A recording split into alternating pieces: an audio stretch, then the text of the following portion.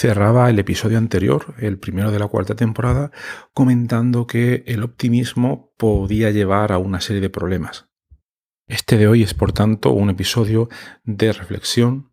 Yo no lo sé todo, yo no lo sé nada, donde vamos a tratar de comentar sobre este tema.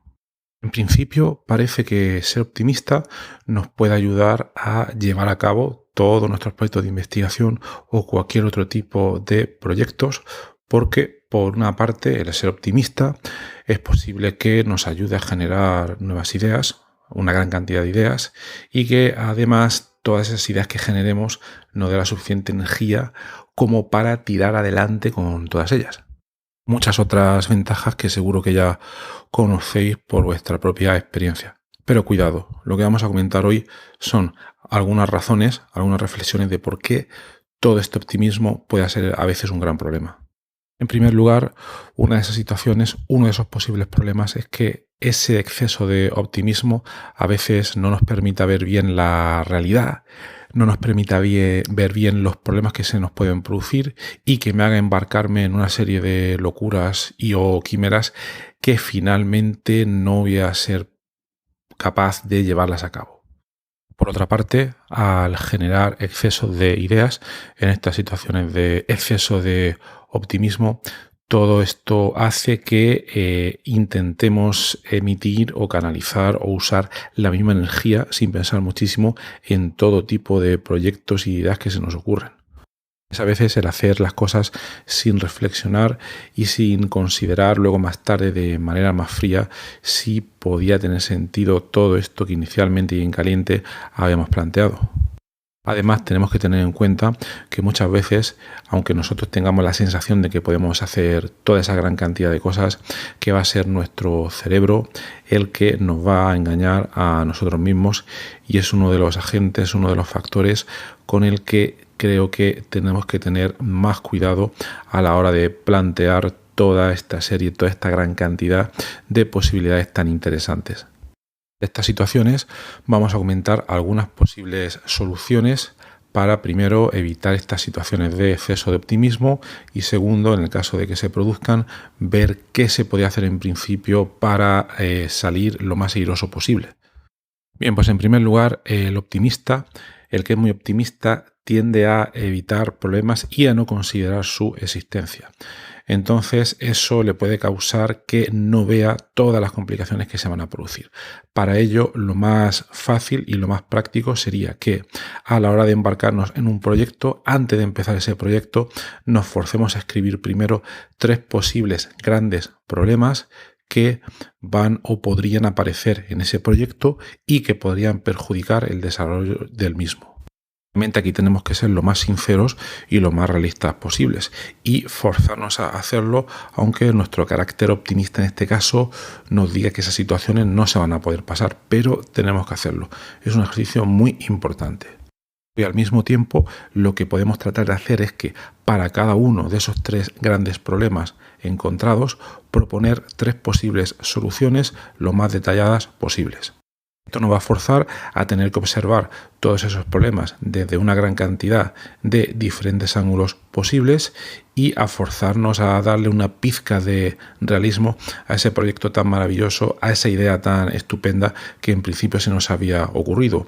Y quizás si primero somos capaces de hacer este ejercicio y de presentar esos 3 posibles problemas y para cada uno de ellos esas 3 posibles soluciones, quizás al final vemos el proyecto de otra manera y hemos adquirido un tinte no tan optimista, sí más pesimista, y que nos va a permitir ver un poco más cautelosamente todo esto que habíamos planteado.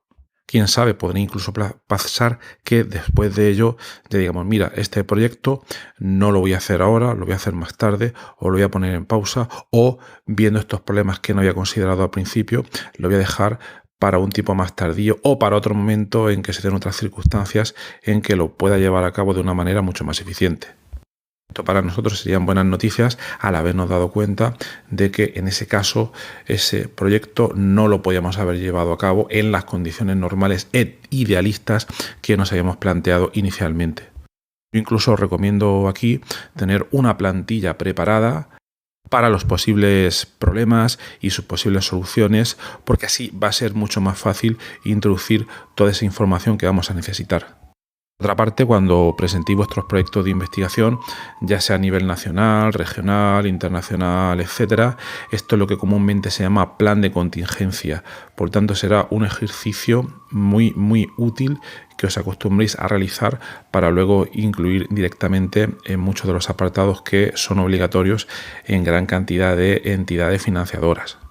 Luego, en línea de lo anterior, lo que podemos hacer también, y va a depender mucho del tipo de investigación que estemos realizando, es contar con el feedback, contar con la opinión de colegas de nuestro entorno o de personas de confianza a las cuales les podamos hablar de ese nuestro proyecto, o incluso enviárselo si lo tenemos escrito por completo para que nos den su opinión tanto de nuestra idea optimista inicial y también de los problemas y soluciones que hemos planteado.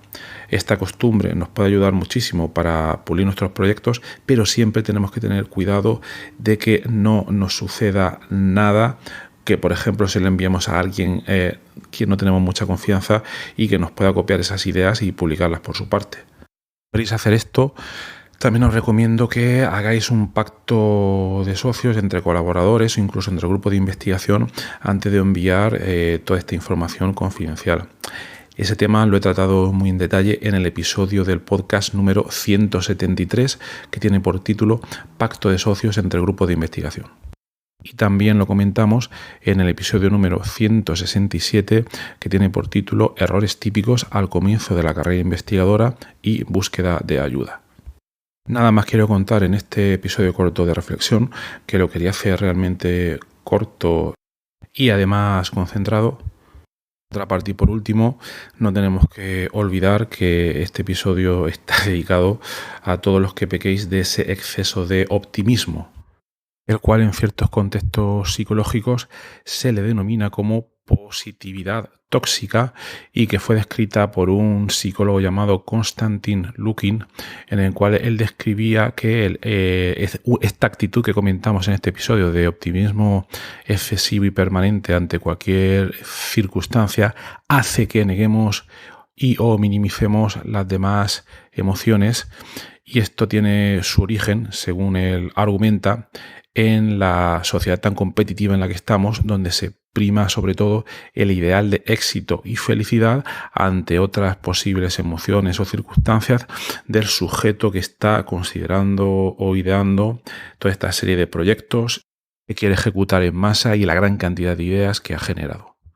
Obviamente, en el otro extremo del espectro tendríamos los investigadores, las personas que pecan de una falta total y carente de optimismo, y aquí, bueno, yo ya no me voy a meter en términos psicológicos, pero se trataría de otro tema y sería probablemente de un tipo de investigador o de persona que necesita, yo creo que, trabajar con otra serie de personas que le influyan una energía positiva para que las ideas que se le ocurran a esa persona pues puedan avanzar e implementarse en la práctica. ¿Vale? Quizás dediquemos un episodio otro día a ese tema. Pero por cerrarlo aquí, hoy hemos hablado de los problemas del exceso de optimismo. Espero que os haya sido interesante. Y si queréis comentar algo, pues ya sabéis, os podéis venir a nuestra comunidad. Tenéis los detalles en la nota del programa. Y nada más, que tengas un maravilloso día y hasta luego.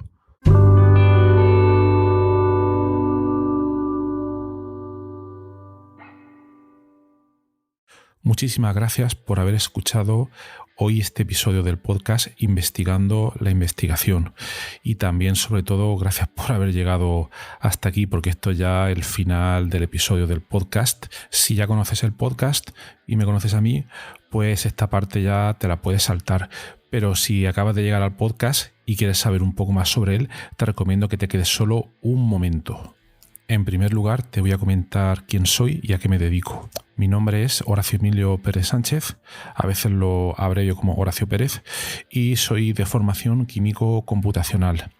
Actualmente estoy contratado en la Universidad Católica de Murcia, UCAM, donde me dedico a tareas de investigación. Soy actualmente el investigador principal del grupo de investigación en bioinformática estructural y computación de altas prestaciones, donde nos dedicamos a desarrollar métodos avanzados de descubrimiento de fármacos, a implementarlos en supercomputadores debido a la gran cantidad de cálculos que estos tienen que realizar, y además proporcionamos acceso a dichos métodos a través de servidores web o a través de otro tipo de herramientas bioinformáticas. Al mismo tiempo, aplicamos dichos métodos a problemas relevantes dentro del descubrimiento de nuevos fármacos, y los compuestos que descubrimos los patentamos y los licenciamos a diversas empresas. También soy docente en diversos grados en la UCAM, como puede ser el grado en farmacia, el grado en ingeniería informática y el grado en medicina.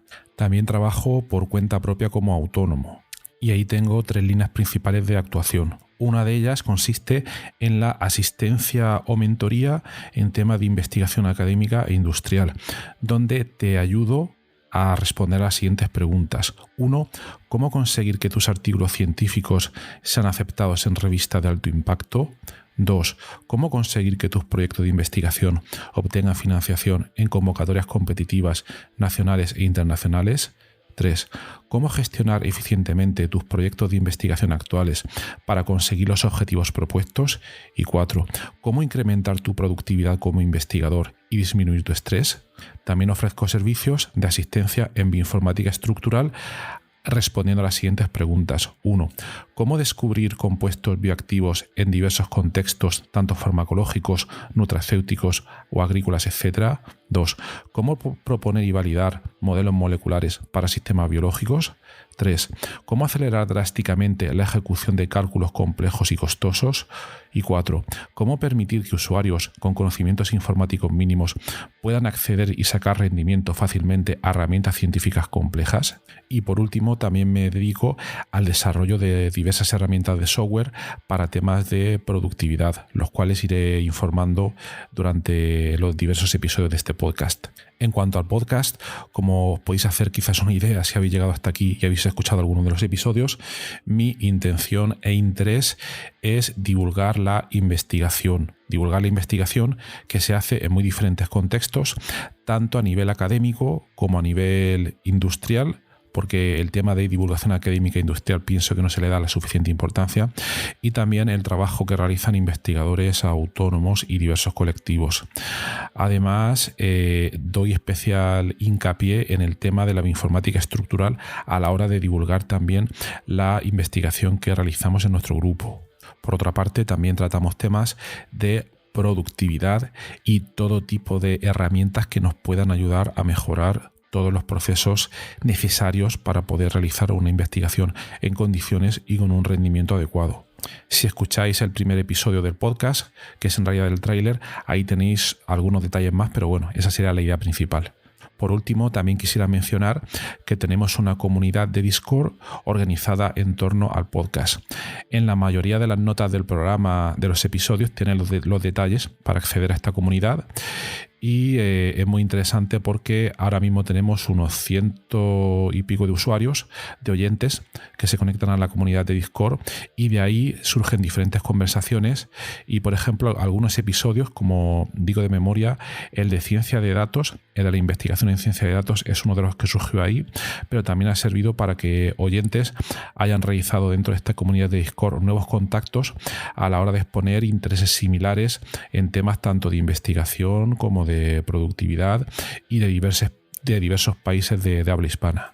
También me gustaría decirte que si te ha gustado el podcast, te agradecería muchísimo si lo pudieras sugerir a amigos, contactos que pienses les pueda llegar a interesar, o compartir a través de múltiples plataformas, ya sean las redes sociales, mensajería, WhatsApp, Telegram, Discord, etcétera, emails o cualquier otro medio. Asimismo, también ayuda mucho si en las diferentes plataformas donde se puede escuchar el podcast, como Spotify, Apple Podcasts, iVoox, etcétera, nos puede dar ahí 4 estrellas, 5 estrellas, etcétera, lo que tú veas necesario.